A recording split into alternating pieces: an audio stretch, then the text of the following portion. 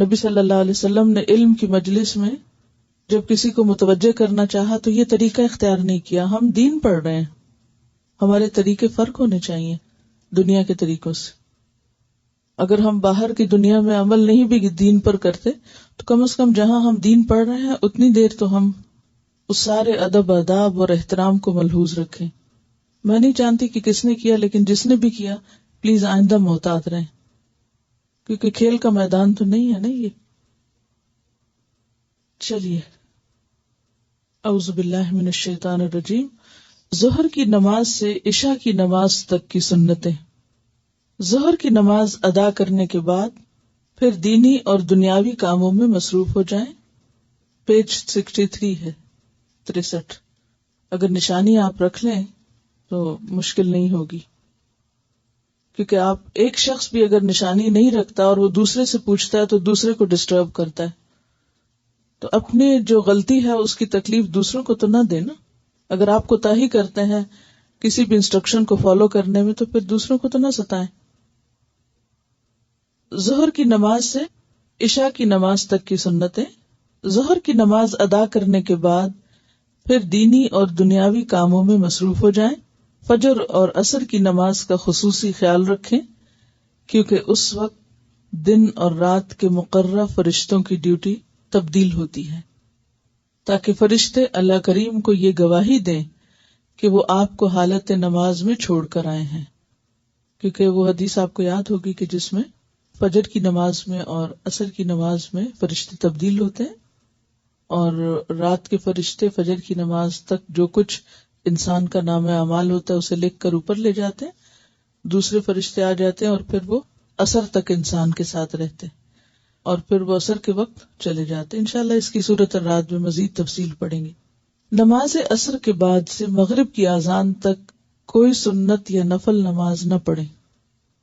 کب؟ نماز عصر کے بعد سے مغرب کی اذان تک کوئی سنت یا نفل نماز نہ پڑھیں. جب سورج غروب ہونے لگے تو اپنے چھوٹے بچوں اور مویشیوں کو باہر نہ چھوڑو، کیونکہ اس وقت شیطانی لشکر پھیلتا ہے. مغرب کی اذان ہوتے ہی مغرب کی نماز سنت کے مطابق ادا کریں، کیونکہ یہ نماز مغرب کا اول وقت ہے. اول وقت میں نماز پڑھنا افضل ہے. آپ صلی اللہ علیہ وسلم نے زیادہ تر ہر نماز اول وقت میں ادا کی ہے. حضرت عبداللہ بن مسعود رضی اللہ عنہ نے آپ صلی اللہ علیہ وسلم سے پوچھا کہ اللہ تعالیٰ کو سب سے زیادہ پسند کون سے عمل ہیں؟ تو آپ صلی اللہ علیہ وسلم نے فرمایا، نماز کو وقت پر پڑھنا، پھر ماں باپ کے ساتھ اچھا سلوک کرنا، پھر اللہ تعالیٰ کے راستے میں جہاد کرنا. تو سب سے افضل عمل کیا ہے؟ وقت پر نماز، اور پھر حقوق العباد میں ماں باپ کے ساتھ اچھا سلوک، اور پھر اس کے بعد اللہ کے راستے میں جہاد. مغرب کی نماز کے بعد صبح اور شام والی دعائیں پڑھیں. یہ جو دعائیں پڑھنے کا وقت ہے یہ ایک وسیع وقت ہے. اس میں بالعشی والابکار کا لفظ بھی آتا ہے. تو عشی کا لفظ جو ہے وہ عصر کے بعد سے شروع ہوتا ہے، یعنی یہ دعائیں آپ مغرب سے پہلے بھی پڑھ سکتے ہیں اور مغرب کے بعد بھی. فجر کی نماز کے بعد ہی آپ پڑھیں گے، سورج نکلنے سے پہلے یا جیسے بھی، لیکن بہت ڈیلے نہیں کریں کہ آدھا دن گزر جائے تو پھر آپ پڑھیں.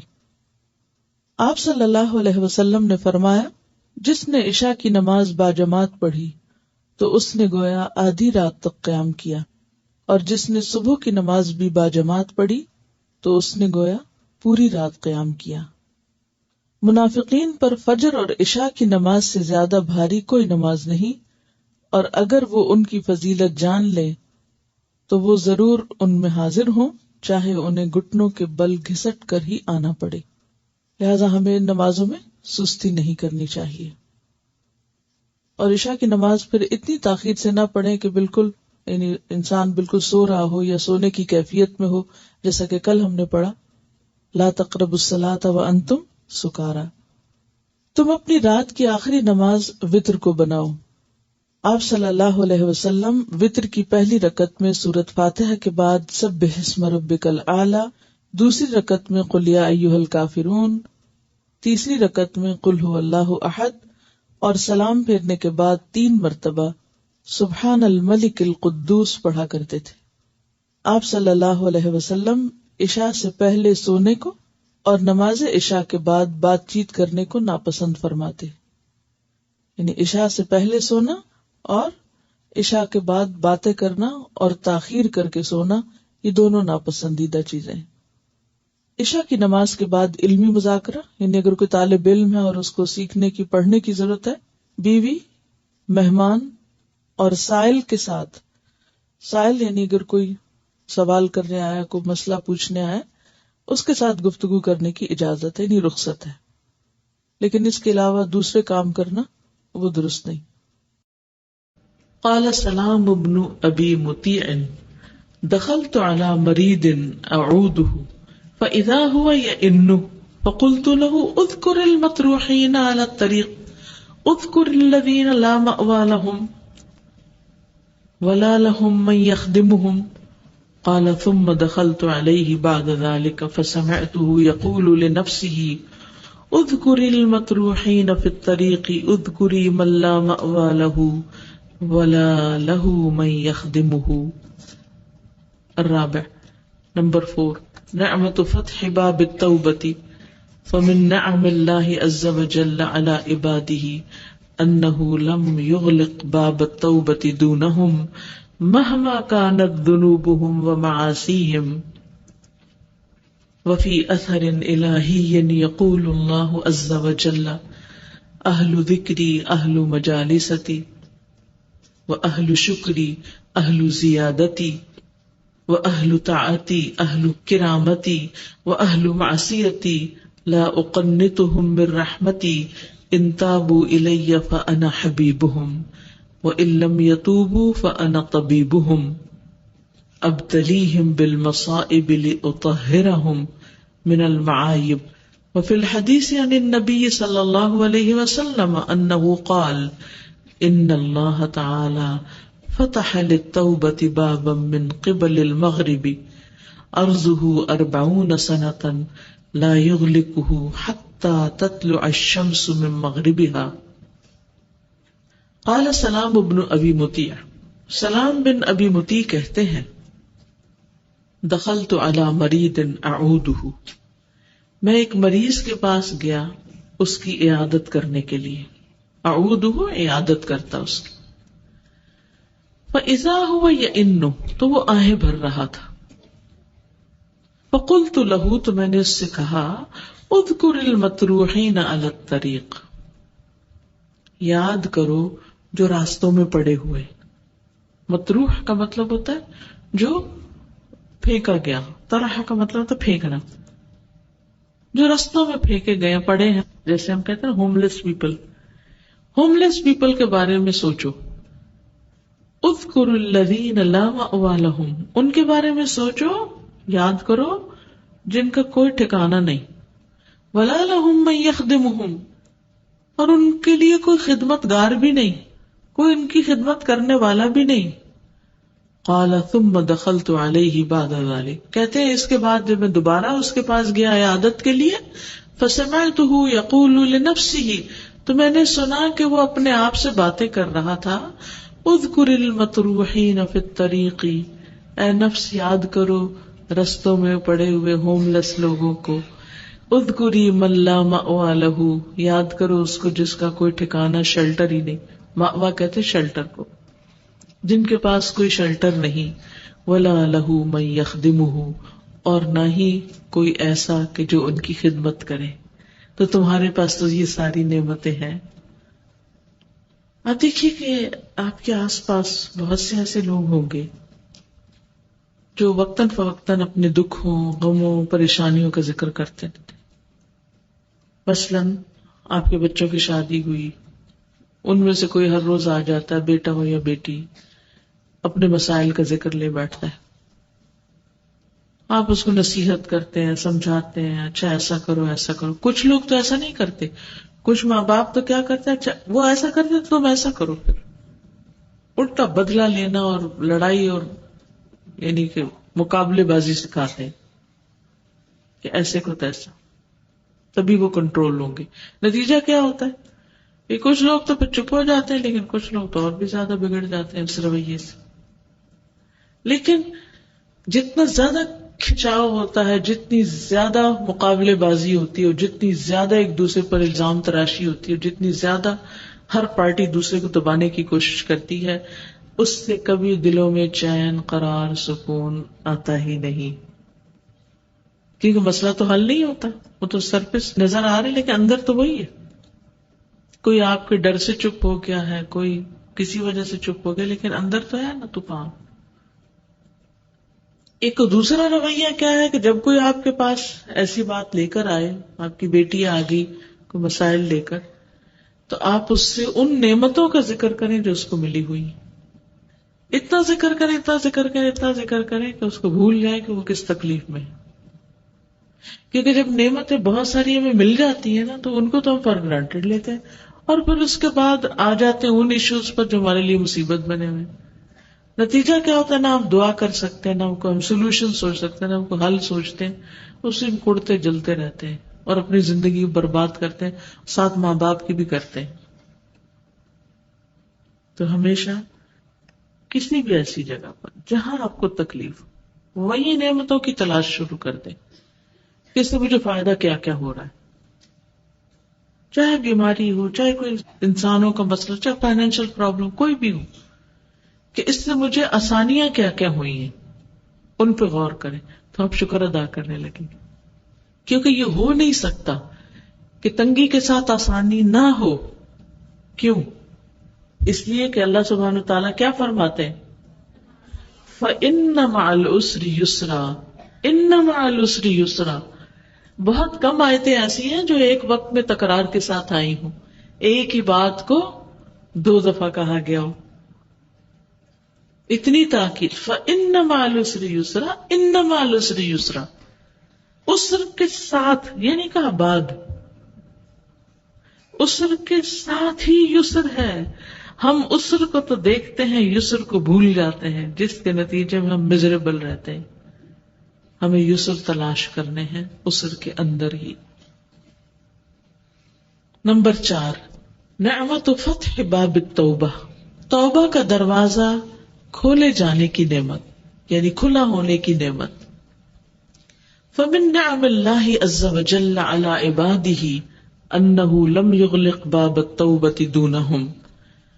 اللہ سبحانہ وتعالی کی نعمتوں میں سے ایک یہ بھی ہے اس کے بندوں پر کہ اس نے ان پر توبہ کا دروازہ بند نہیں کیا. مہما کانت ذنوبہم ومعاصیہم، ہاں ان کے کتنے ہی گناہ اور نافرمانیاں ہوں. وفی اثر الہی یقول اللہ عز وجل، ایک حدیث قدسی میں، اثر کہتے ہیں حدیث کو، الہی یعنی حدیث قدسی جسے اردو میں بولتے ہیں. اللہ سبحانہ وتعالیٰ فرماتے ہیں، اہل ذکری اہل مجالستی، اہل ذکر میرا ذکر کرنے والے میرے ہم مجلس ہیں. وَأَهْلُ شُكْرِ أَهْلُ زِيَادَتِي، اور میرا شکر ادا کرنے والے میری زیادہ نعمتیں حاصل کرنے والے ہیں. کیونکہ آتا ہے فَاذْكُرُونِي أَذْكُرْكُمْ وَاشْكُرُوا لِي وَلَا تَكْفُرُونَ، ذکر اور شکر اکثر کٹھے ہی آتے ہیں. اس میں آپ دیکھیے اللہ تعالیٰ کیا فرماتے ہیں، فَاذْكُرُونِي أَذْكُرْكُمْ، تو اہل ذکر میرے ہم مجلس ہیں، اور اہل شکر جو ہے وہ مجھ سے زیادہ نعمتیں لینے والے ہیں، زیادہ حاصل کرنے والے ہیں.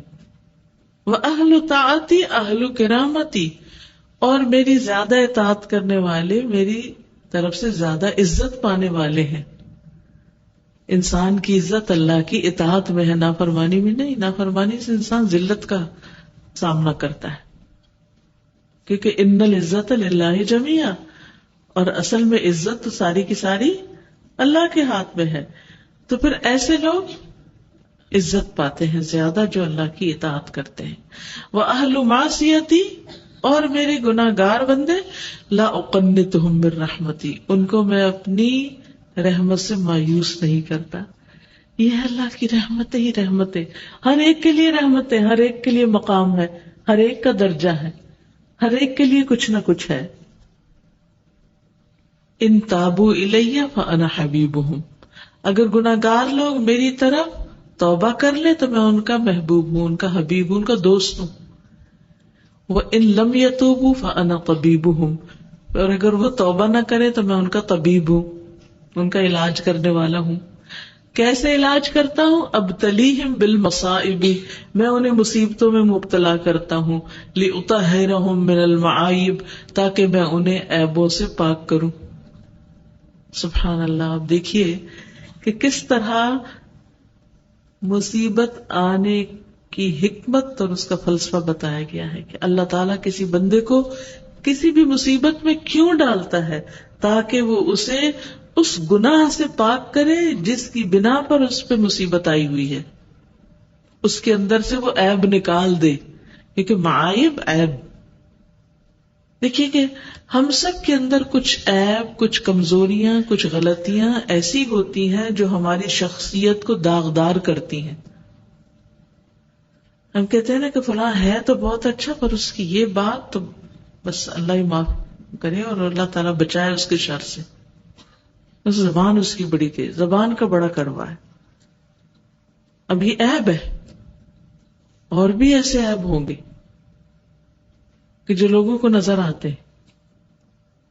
ہمیں اپنے تو نہیں نظر آتے، لیکن ہم ہر ایک کی غلطیاں دیکھنے کے قابل ہوتے ہیں، ہے نا؟ ایسے ہی دوسرا کہاں کیا غلطی کر رہا ہے ہمیں اچھی طرح نظر آ رہی ہوتی، چاہے ہسبینڈ وائف کا معاملہ ہو، دوستوں کا ہو، کولیگز کا ہو، کہیں بھی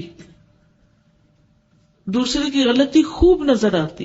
ایسی نظر اللہ نے دے رکھی ہے نا، ہر ایک کو تھوڑی کم یا زیادہ اور نظر کو ضرور آتی ہے. کچھ لوگ تو وہیں بیٹھ کے تنقیدیں شروع کر دیتے ہیں، اس کے سامنے تو کچھ نہیں کہتے، پیچھے سے کرتے ہیں. کچھ سامنے منہ پہ آ کے تانے دیتے ہیں، کوئی کسی طرح کوئی کسی طرح. ہوتی ہیں سب میں، کہیں کم کہیں زیادہ.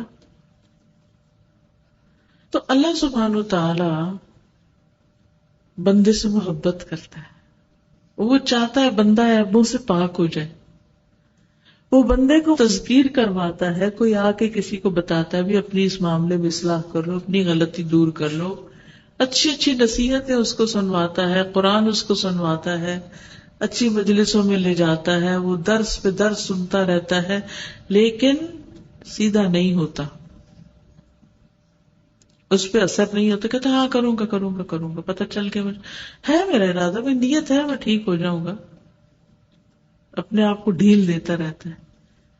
پھر ایک وقت آتا ہے کہ ڈھیل کا وقت ختم ہو جاتا ہے، پھر اللہ تعالیٰ اسے کسی مصیبت میں ڈالتا ہے کہ اب ٹھیک ہو جائے اور یہ میرا بندہ عیبوں سے صاف ہو جائے. جیسے آپ دیکھیں کہ چھوٹی چھوٹی بیماریاں، ٹاکسنز ہمارے جسم میں جمع ہوتے رہتے ہیں، ہم ان کے ساتھ ہی چلتے رہتے، سر درد ہوگی گولی کھا لی، کہیں کچھ ہو گیا کر لیا، ادھر سے ادھر، ادھر سے ادھر، ادھر سے ادھر، اپنے آپ کو ٹال ٹلا کے چلاتے رہتے ہیں. پھر کیا ہوتا ہے، ایک دم کوئی بڑی مصیبت آ جاتی، پھر ہمیں ہوش آتی، پھر ہم ڈاکٹر کے پاس جاتے ہیں اور بائی دا ٹائم وقت گزر چکا ہوتا ہے. 29 پیج پہ نعمت الستر والامہال، دوسری بہت بڑی نعمت جو ہے وہ پردہ پوشی اور مہلت دینے کی نعمت ہے کہ اللہ تعالیٰ نے ہمارے عیبوں کو ڈھانپا ہوا ہے، ہمارے گناہوں کو چھپایا ہوا ہے، ہماری غلطیوں کو سب کے سامنے ایکسپوز نہیں کیا، اور ہمیں توبہ کرنے کی، معافی مانگنے کی، استغفار کرنے کی مہلت دی ہوئی ہے. وَهِيَ أَيْضًا مِّنْ أَعْظَمِ النِّعَمِ لِأَنَّ اللَّهَ عَزَّ وَجَلَّ لَوْ عَاجَلَنَا بِالْعُقُوبَةِ لَهَلَكْنَا. قال مقاتل في قوله تعالى وأسبغ عليكم نعمه ظاهرة وباطنة.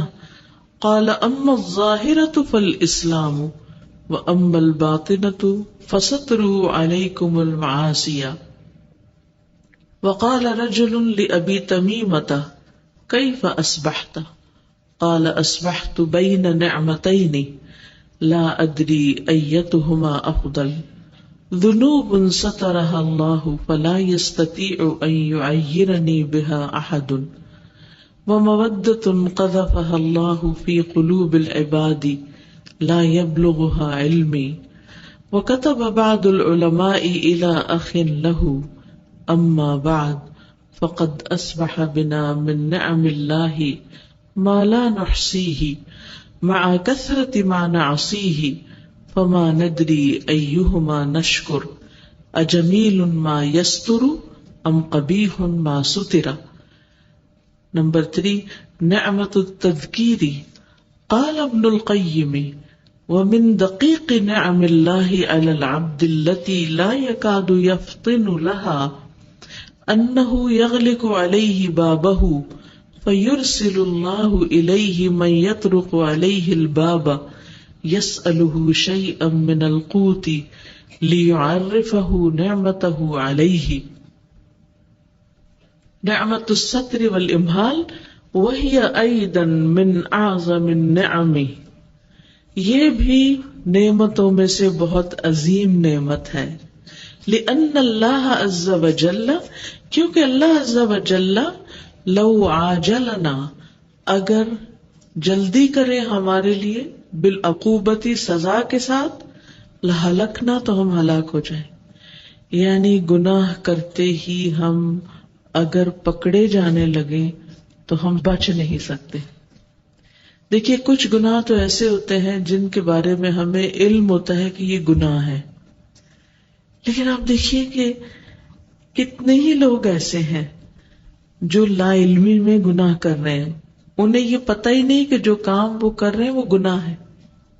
آپ اپنی زندگی میں بھی غور کر سکتے ہیں کہ گزشتہ زندگی میں قرآن پڑھنے سے پہلے کتنی چیزیں جنہیں آپ نارمل سمجھ کے کر رہے تھے، قرآن پڑھ کر جب روشنی ملی تو آپ کو نظر آیا کہ اوہ یہ تو حرام کام تھے یا یہ تو گناہ کے کام تھے. شکر اللہ کا کہ پتہ چل گیا اور ہم نے اب وہ چھوڑ دیے. اگر اسی حالت میں ہماری موت آ جاتی تو کیا ہوتا بتائیے، سوچیے اس بارے میں. اور کتنے ہی لوگ اب بھی ایسے ہیں، اور ابھی بھی ہمارے اندر بھی پتہ نہیں کتنی غلطیاں ایسی ہیں کہ جو غلطیاں ہیں لیکن ہم ان کو غلطی سمجھتے ہی نہیں، ہم ان کو سب اچھا سمجھ کے کر رہے ہیں. یہ ٹھیک ہے، نارمل ہے، اٹس ویری نارمل. تو اگر اللہ سبحانہ وتعالی ہمیں مہلت نہ دے اور اسی پر پکڑ لے کہ یہ غلطی تم نے کیوں کی، تو کیا ہم بچ سکتے ہیں؟ تو یہ اللہ تعالیٰ کی کتنی بڑی رحمت ہے کہ وہ ہمیں مہلت دے رہا ہے. اور ابھی بھی آپ دیکھیں کہ زندگی ہے ہمارے پاس، جو لوگ قبروں میں پہنچ چکے ہیں ان کے پاس تو مہلت ختم ہو گئی، وہ تو اپنے لیے دعا نہیں کر سکتے، اور ہم ان کے لیے کیسی دعا کرتے ہیں؟ ہم سب سوچیں اپنے والدین ہوں یا اپنے بزرگ، ان سب کے لیے ہم کیا دعا کرتے ہیں؟ اگر آپ کے گھر میں آپ کا شجرہ نسب موجود ہو کہ آپ کی لینیج کیا ہے، آپ کے خاندان کے پچھلے داداؤں پرداداؤں کے نام کیا ہیں، اور آپ صرف نام پڑھتے جائیں پڑھتے جائیں. اجمیل ما یستر کیا وہ اچھا کام جو عیبوں پہ پردہ ڈالتا ہے، ام قبیح ما ستر یا وہ قبیح کام گندا کام جس کو چھپا دیا گیا. چھپے ہوئے عیب پر شکر کریں یا چھپانے والے نیک کام پر شکر کریں جس کی اللہ نے توفیق دی. اب دیکھیں نا کہ ہر انسان کے اندر کچھ اچھائیاں ہوتی ہیں، کچھ برائیاں ہوتی ہیں. کچھ لوگوں کی برائیاں زیادہ اوپر آ چکی ہوتی ہیں اور کچھ کی اچھائیاں. اب جن کی اچھائیوں کا پلڑا بھاری نظر آتا ہے ان کا امپریشن اچھا ہوتا ہے اور وہ اس اچھے امپریشن کو انجوائے کر رہے ہوتے ہیں، اور وہ ان کی اچھائیاں ان کی برائیوں پر پردہ ڈال دیتی ہیں. اور بعض اوقات انسان خود بھی نہیں سوچتا، اس کو احساس بھی نہیں ہوتا کہ اس کی کس کس برائی، کس کس کوتاہی، کس کس غلطی پر کہاں کہاں سے کیسے پردہ پڑا ہوا ہے. کتنے لوگ ہوتے ہیں نا، ان کا کتنا اچھا امپریشن آپ کے ذہن میں ہوتا ہے، لیکن ان کی کچھ غلطیاں ایسی ہوتی ہیں جو سب کو نہیں پتا ہوتی. تو جن کو پتہ ہوتی ہے نا، جب ان کے سامنے ان کی تعریف کی جاتی ہے تو وہ خاموش ہو جاتے ہیں کہ ہم حقیقت جانتے ہیں، چلو کیا عیب کھولنا کسی کا، جانے دیتے ہیں۔ یہ تو عام انسانوں کا حال ہے نا۔ اللہ سبحانہ و تعالی کو کیا نہیں پتا کہ کس کے اندر کتنے عیب ہیں؟ تو جب ان عیبوں کے باوجود لوگ کسی کی تعریف میں زمین آسمان کے خلافے میں لا رہے ہوتے ہیں تو کیا اللہ تعالیٰ دیکھ نہیں رہا ہوتا کہ لوگوں کو پتہ ہی نہیں کہ اس کی حقیقت کیا ہے؟ تو پھر بھی نہیں پکڑتا اس کو، پھر بھی چھوڑ دیتا ہے، اور اس کے بارے میں اچھا گمان لوگوں کے اندر باقی رہنے دیتا ہے۔ تو کتنی بڑی نعمت ہے اس انسان کے لیے جس کے یہ سارے عیب چھپائے گئے ہوں اور وہ لوگوں میں صرف اچھے ہی نام سے مشہور ہو۔ تو عیبوں کا چھپایا جانا یہ اللہ کی بہت بڑی رحمت ہے، بہت بڑی نعمت ہے، لیکن ہم اپنے گناہوں کے چھپائے جانے کی نعمت پر کم ہی شکر ادا کرتے ہیں کہ اللہ تو نے ہمارے عیبوں پہ پردے ڈالے ہوئے۔ اسی لیے جب کسی کی تعریف ہو، حضرت ابوبکر کی روایت میں آتا ہے کہ جب ان کی کوئی تعریف کرتا تھا وہ یہ دعا کرتے تھے کہ اللہم لا تؤاخذنی بما یقولون، اللہ پاک یہ بندے جو میرے بارے میں کہہ رہے ہیں نا، بڑی تعریفیں اور خوش آمدیں میری کر رہے ہیں، ان کی وجہ سے مجھے نہیں پکڑنا، مجھے تو اپنا پتا ہے، ان کو نہیں پتا میرا، تو ناراض نہ ہو کہ یہ بندہ تو یہ ہے اور یہ لوگ اس کو کیا سمجھے بیٹھے، کہاں بٹھائے ہوئے ہیں۔ تو لا تؤاخذنی بما یقولون واغفر لی ما لا یعلمون، اللہ مجھے بخش دے ان معاملوں میں جو یہ جانتے ہی نہیں میرے بارے میں، وجعلنی خیرا مما یظنون، اور مجھے اس سے بہتر بنا دے جو یہ میرے بارے میں گمان رکھتے ہیں، یہ مجھے اچھا سمجھتے ہیں، مجھے اس سے بھی اچھا بنا دے حقیقت میں، کہ میری برائیاں مجھ سے دور کرتے ہیں۔ تو یہ بھی اللہ کی بہت بڑی رحمت ہوتی ہے کہ کسی کے عیب چھپا لیے جائیں اور اس کی نیکیوں کو اپریشیٹ کیا جائے۔ نمبر 3، نعمت التذکیر، تذکیر کی نعمت، یاد دہانی کی نعمت۔ قال ابن القیم کہتے ہیں وَمِن دقیق نعم اللہ علی العبد، اللہ سبحانہ وتعالی کی بندے پر باریک نعمتوں میں سے ہے التی لا یکاد یفتن لها، وہ جن کو وہ سمجھ نہیں پاتا، انہ یغلق علیہ بابہ، کہ وہ بندہ بند کر لیتا ہے اپنے اوپر دروازہ اپنا، یعنی بخل کی وجہ سے۔ فیرسل اللہ الیہ، تو اللہ بھیجتا ہے اس کے پاس، من یطرق علیہ الباب، جو جا کر اس کا دروازہ اس پر کھٹکھٹاتا ہے، یسألہ شیئا من القوت، وہ سوالی جو دروازہ کھٹکھٹا رہا ہے وہ سوال کرتا ہے اس سے کسی چیز کا، کوئی کھانے پینے کی چیزوں میں سے، قوت ہوتا ہے روزی، غذا۔ اس نے جا کے دروازہ کیوں کھٹکھٹایا؟ اللہ نے اس کو کیوں بھیجا اس بخیل کے پاس دروازہ کھٹکھٹانے کے لیے؟ وہ خود تو کچھ نہیں دینے والا تھا جب تک کوئی اس سے مانگے نہ، لِيُعَرِّفَهُ نِعْمَتَهُ عَلَيْهِ، تاکہ اللہ اس کو اس پر اپنی نعمت کی پہچان کروائے۔ یعنی کچھ لوگ ہوتے ہیں نا، اللہ ان کو بہت نعمتیں دیتا ہے لیکن وہ کسی کے ساتھ شیئر نہیں کرتے، چاہے کھانے پینے کی چیزیں ہوں یا علم ہو یا اور کوئی اللہ نے ان کو فیسلٹی دے رکھی ہو، تو وہ ان سب کو سمیٹ کے اپنے پاس رکھتے، کسی کو ہوا نہیں لگنے دیتے کہ ان کے پاس کیا ہے، اور اس پر وہ اللہ کا شکر بھی ادا نہیں کرتے کہ اللہ نے ان کو اتنا کچھ دے رکھا ہے۔ اب کیا ہوتا ہے، کوئی ضرورت مند آ کے اس کا دروازہ کھٹکھٹاتا ہے، اس سے سوال کرتا ہے، اور جب وہ انسان دیکھتا ہے اس ضرورت مند کی قسم و پرسی کو، خستہ حالی کو، تو کہتا اللہ تیرا شکر ہے کہ تو نے مجھے اس حال سے بچایا، تو نے مجھے سب کچھ دیا۔ یعنی ویسے وہ نہیں شکر ادا کر رہا تھا جو کچھ اس کے پاس تھا، اچھا گھر، اچھا کھانا، اچھا لباس، اچھی نعمتیں، لیکن جو ہی کوئی فقیر، غریب، خستہ حال، بیمار اس کے سامنے آیا تو اس کو کیا یاد آ گیا؟ وہ نعمتیں یاد آ گئی، نظر آنے لگی.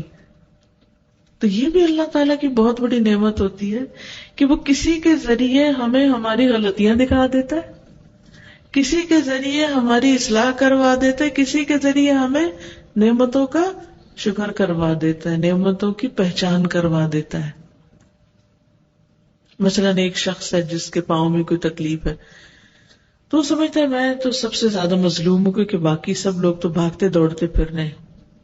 لیکن جب وہ کسی ایسے کو دیکھتا ہے کہ جس کا پاؤں ہی نہیں ہے، تو اس کو اس تکلیف والے پاؤں پر بھی شکر ادا کرنے کا موقع مل جاتا ہے کہ ہے تو صحیح نا، جیسا بھی ہے تو صحیح نا، چل پھر تو سکتے ہیں، بیساکھیوں کے سہارا تو نہیں ہے. اچھا، اسی طرح بعض اوقات اللہ سبحانہ و تعالی ایسے لوگوں کو ہمارے سر پہ مسلط کر دیتا ہے جو ہمارے لیے کانسٹنٹ ٹارچر کا سبب بن جاتے ہیں. ہم کہتے ہیں یہ مصیبت ہے، لیکن حقیقت میں وہ نعمت ہوتی، وہ بھی نعمت ہے، کیونکہ وہ ہمیں ہمارا اپنا آپ یاد کراتے رہتے ہیں، ہمیں ہماری غلطیاں دکھاتے رہتے ہیں. اللہ سبحانہ و تعالیٰ ان کے ذریعے ہمارے پیشنس کا لیول بھی ٹیسٹ کرتے ہیں، اور اس کے ذریعے ہمیں بتاتے ہیں کہ تم صبر کے ابھی صرف اتنے درجے پر ہو، کیونکہ تم اس کو ٹالریٹ نہیں کر سکتے. کبھی اللہ تعالیٰ کو ایسا بچہ دے دیتا ہے انتہائی شرارتی ہوتا ہے، 2 بچے ہوئے، بڑے ہی شریف، بڑے امن سے زندگی گزاری، اور اب کہیں چین سے بیٹھ ہی نہیں سکتے. یہ کیا ہو گیا؟ پہلے ہم اپنے آپ کو کیا سمجھتے تھے؟ ہم بڑے صبر والے ہیں، ہم بڑے اخلاق والے ہیں، ہم بڑے اچھے ہیں کیونکہ ہمارے بچے بھی اچھے ہیں، ہم بھی اچھے ہیں. پھر اللہ تعالیٰ کو ایک ایسا بچہ دیتا ہے کہ جو ناک چنے چبوا دیتا ہے، چل پتا جاتا ہے کہ ہم کتنے اچھے ہیں، ہم کتنے اچھے ہیں، اور ہمارے بچے کتنے اچھے ہیں، اور ہماری تربیت کتنی اچھی ہے. تو پھر اصلاح کا موقع ملتا ہے نا. کیا خیال ہے؟ زندگی میں جب مشکلیں آتی ہیں تو بندے کو اپنا محاسبہ کرنے کا موقع ملتا ہے، اپنی اصلاح کا موقع ملتا ہے، اپنی اوقات نظر آتی ہے. بعض اوقات انسان سمجھتا ہے میں جو کر رہا ہوں بالکل ٹھیک کر رہا ہوں، اتنے میں بچوں میں سے کوئی نافرمانی شروع کر دیتا ہے، مجھے نہیں پہننا حجاب، مجھے نہیں کرنا، یہ نماز نہیں پڑھتا. کیوں کہتی ہیں آپ مجھے نماز پڑھو؟ کان کھڑے ہو جاتے ہیں، یہ کیا ہو رہا ہے، کہاں گئی میری تربیت؟ پھر انسان سوچتا ہے میں تو نہیں کہ اللہ کی نافرمانی کر رہی کہیں. پھر وہ اپنی غلطیوں کا جائزہ لینے لگتا ہے. تو یہ ریبیلیس ایٹیٹیوڈ جو تھا اس بچے کا، وہ ذریعہ کیا بنا؟ ہمیں اپنی غلطیوں کو دیکھنے اور جاننے کا موقع ملا. ہم زندگی میں بھاگ دوڑ رہے ہوتے ہیں، اچانک کوئی ایسی بیماری آ جاتی ہے ہمیں بٹھا دیتی. اب ہمیں یاد آنے لگتے ہیں اپنے وہ گناہ، اپنی وہ کوتاہیاں، وہ غلطیاں، وہ کمیاں جن کی ابھی تک ہم نے تلافی ہی نہیں کی، جن کو ہم نے ابھی ٹائم ہی نہیں دیا. پھر اللہ تعالیٰ ہمیں دکھاتے ہیں، سکھاتے ہیں، توبہ کرواتے ہیں. یہ بھی اس کی ایک رحمت ہوتی، یہ بھی ایک نعمت ہوتی. اس لیے اصل شکر وہ ادا کرتا ہے جو صرف نعمتوں پر نہیں، تکلیفوں پر بھی شکر ادا کرتا ہے. اور وہ تکلیفیں اس کے لیے تذکیر ہوتی ہیں، تذکیر کہ ہو آر یو، کیا اخلاق ہے تمہارا، کیا زبان ہے تمہاری، کیا رویہ ہے تمہارا، کس درجے کے تم انسان ہو. کیونکہ میزان میں سب سے بھاری نیکی کون سی ہے؟ حسن اخلاق کی. اب ہم تو بڑے اچھے اخلاق والے ہیں، لیکن جو ہی کو بدتمیزی کرے گا ہم سے، پھر پتہ چل جائے گا ہم کتنے اچھے اخلاق والے ہیں. تو یہ تذکیر ہے نا. اسی لیے اللہ تعالیٰ مختلف طرح کے ٹیسٹ ڈالتا رہتا ہے ہم پر کہ ہمیں اپنی پہچان ہو جائے. آپریشن کی ضرورت پیش آتی، سرجری ہوتی، اور کچھ بیماریاں تو سرجری سے بھی ٹھیک نہیں ہوتی. پھر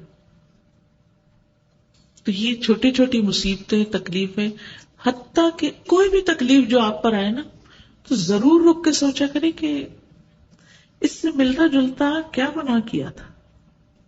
آپ یقین کریں اللہ تعالیٰ آپ کو دکھا دے گا. اور جب دیکھ لے تو پھر توبہ کریں، نہ کہ اس کی تعویلیں کریں. اور جب انسان توبہ کر لیتا ہے اللہ تعالیٰ معاف کر دیتا ہے، وہ غلطیاں دور کر دیتا ہے، بندے کو بہتر کر دیتا ہے، وہ بلا بھی ٹال دیتا ہے. اور اگر انسان توبہ نہیں کرتا تو پھر انسان چھوٹی نہیں اس سے بھی بڑی مصیبت میں پڑتا ہے کہ ابھی اتنی مار سے اس کو کوئی نہیں ہوش آئی، اس سے بڑی مار پڑنی چاہیے اس پہ، پھر اس سے بڑی مصیبت آتی، پھر اس سے بڑی آتی، پھر اس سے بڑی آتی. جو ایمان والے ہوتے ہیں وہ تو پہلی مصیبت پر پلٹ جاتے، ہوش میں آ جاتے.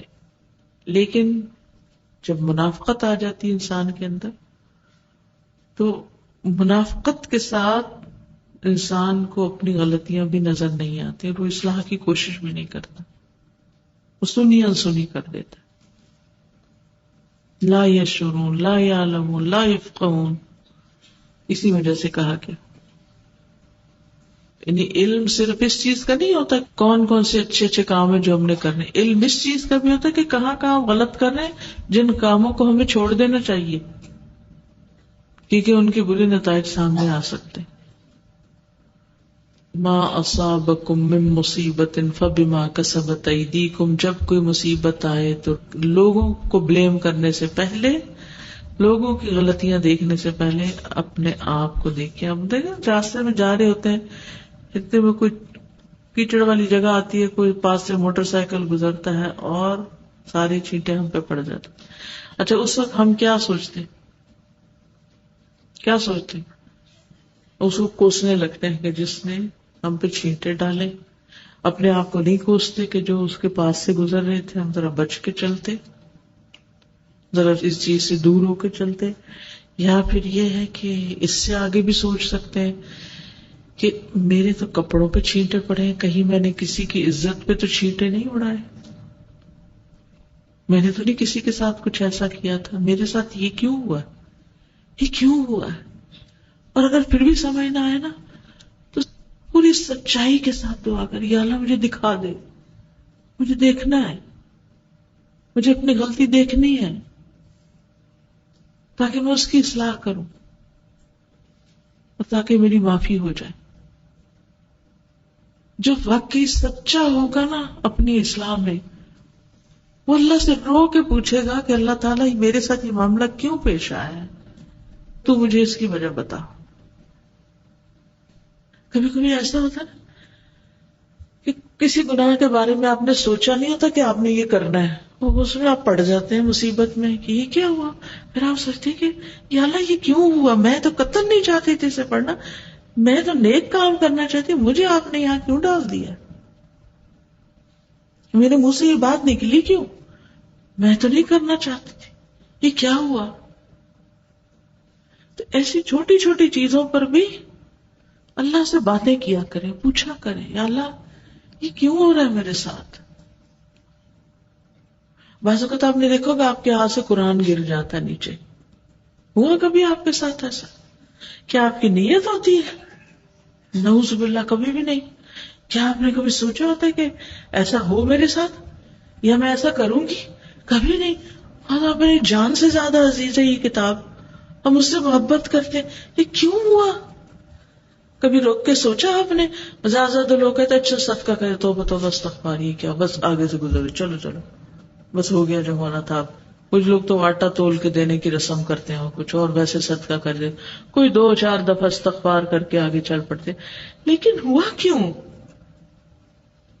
یہ میرے سے قرآن کی بے حرمتی ہوگی، چاہے انجانے میں ہوئی کیوں؟ کیا کیا تھا میں نے؟ مومن قرار نہیں پکڑتا جب اس سے کوئی ایسی بھول چوک بھی ہوتی ہے، تو کہتا نو یہ اچھا نہیں کیا میں نے، چاہے بھول کے کیا، نہیں اچھا کیا میں نے، مجھے وجہ سمجھ آنی چاہیے تاکہ میں اس غلطی کو چھوڑوں جس کے نتیجے میں مجھ سے اس قسم کی چیزیں ہو رہی ہیں. اسی طرح کوئی بھی گناہ، کوئی نماز قضا ہو جائے. اب دیکھیں وہ بڑے لوگوں کی جب وہ کوئی نماز قضا ہوتی تھی نا تو وہ ایک دوسرے سے ایسے افسوس کرتے جیسے کوئی مر گیا ہو کسی کا، ایسے افسوس کرتے تھے. تو مسجد نہیں آئے، وہ میری آنکھ نہیں کھلی، انا للہ و انا الیہ راجعون. نماز فوت ہو گئی. بندہ فوت ہو جائے تو ہم کئی دن نہیں اٹھتے وہاں سے، نماز فوت ہو جائے تو پرواہ نہیں ہوتی ہمیں.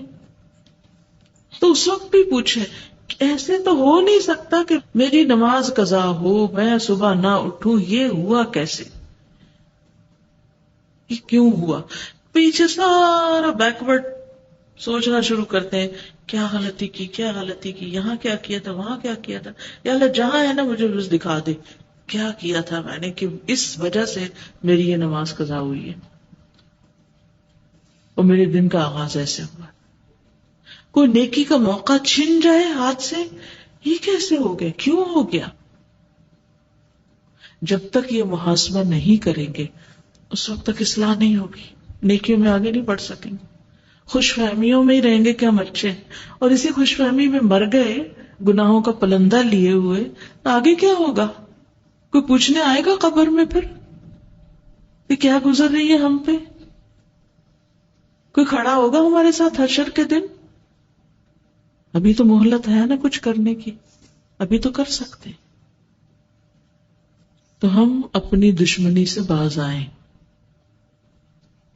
یہ اپنے ساتھ دشمنی ہے، اپنے عیبوں کی اصلاح نہ کرنا، ظاہری اور باطنی. ظاہری کی تو پھر بھی لوگوں کی لان تان سے کچھ کر ہی لیتے ہیں، لیکن باطنی کی تو وہ تو دبے ہوئے نا، سب کچھ اندر ہی چھپایا ہوا ہے ہم نے. تو اللہ نے جو توبہ کا دروازہ کھول رکھا ہے یہ بہت بڑی رحمت ہے اللہ کی. اللہ تعالیٰ کہتے ہیں کہ توبہ کر لیں تو انا حبیبہم وان لم یتوبوا فانا طبیبہم. اگر توبہ نہیں کرتے نا، باز نہیں آتے، گناہ نہیں چھوڑتے، تو میں ان کا علاج کرتا ہوں. اور علاج میں تو پھر انسان کو کڑوی دوا کھانی پڑتی ہے. ابتلیہم بالمصائب، میں انہیں مصیبتوں میں مبتلا کرتا ہوں. لأطہرہم من المعائب، تاکہ میں انہیں عیبوں سے پاک کروں. وفی الحدیث یعنی نبی صلی اللہ علیہ وسلم، اور ایک حدیث میں نبی صلی اللہ علیہ وسلم سے روایت آتی ہے، قال، آپ نے فرمایا، ان اللہ تعالی فتح للتوبۃ بابا من المغرب، کہ اللہ سبحانہ تعالی نے توبہ کا دروازہ کھول دیا ہے یا کھول رکھا ہے مغرب کی جانب سے، یعنی جدھر سورج غروب ہوتا ہے نا، یہ دروازہ اس طرف ہے. عرضہ 40 سنۃ، اس کی چوڑائی 40 سال کی مسافت پر ہے، اتنا کھلا دروازہ ہے. لا یغلقہ، نہیں بند کرے گا وہ اس کو، حتی تطلع الشمس من مغربها، یہاں تک کہ سورج مغرب سے طلوع ہو جائے، اس وقت وہ دروازہ بند ہو جائے گا.